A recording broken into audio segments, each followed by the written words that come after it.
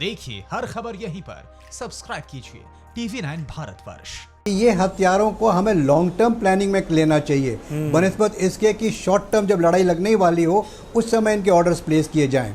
तो हमारा long term perspective अगर होगा तो दुश्मन की जरूरत नहीं होगी हमारे बरखिलाफ खड़ा होने की। The best way to avoid war is to become strong.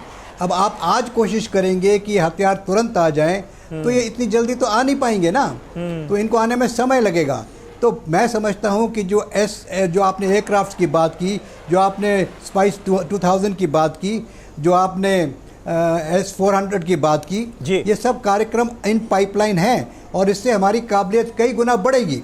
लेकिन मेरा इस समय ये भी कहना ज़रूरी पड़ जाता है कि इसकी तैयारी हमें लॉन्ग टर्म पर्सपेक्टिव में करनी चाहिए, एयरफोर्स की, नेवी की, आर्मी की, कि अगर लड़ाई से हमें बचना है, अगर इस किस्म के टेरेबल दुश्मन जैसा चाइना है और जैसा पाकिस्तान है इसको हमें दूर रखना है, लड़ाई की तरफ देखे तक नहीं, तो हमें इस चीज़ की लॉन्ग टर्म प्लानिंग करनी ज़रूरी है। बिल्कुल संजय सॉय साहब, लॉन्ग टर्म प्लानिंग निश्चित तौर पर ज़रूरी है, क्योंकि हमने देखा कि रशिया से जो हथियारों की डील हुई थी वो भी 2018 में हुई थी, लेकिन अभी तक वो हथियार हिंदुस्तान नहीं पहुंच पाए हैं। क्या आपको लगता है कि कहीं ना कहीं ज़रूरत इस बात की भी है कि लॉन्ग टर्म प्लानिंग की जाए और जहां से डील हो चुकी है वहां पर जो प्रोसेस है वो स्पीडी हो, उसके लिए भी कोशिशें की जाएं साइमल्टेनियसली?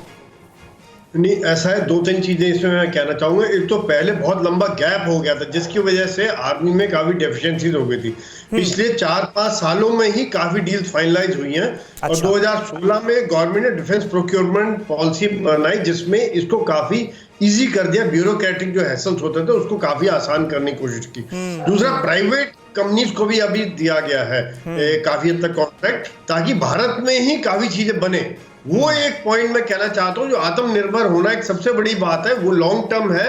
उसके ऊपर अभी प्रधानमंत्री जी का जो विचार वो चल ही रहे हैं कि किस प्रकार हमने आत्मनिर्भर होना है, और प्राइवेट कंपनी भी इसमें प्राइवेट सेक्टर को लाया गया। ठीक है, संजय सॉय साहब बने रहे हमारे साथ। अड़ी सोमवार से शुक्रवार शाम 6 बजे सिर्फ TV9 भारतवर्ष पर।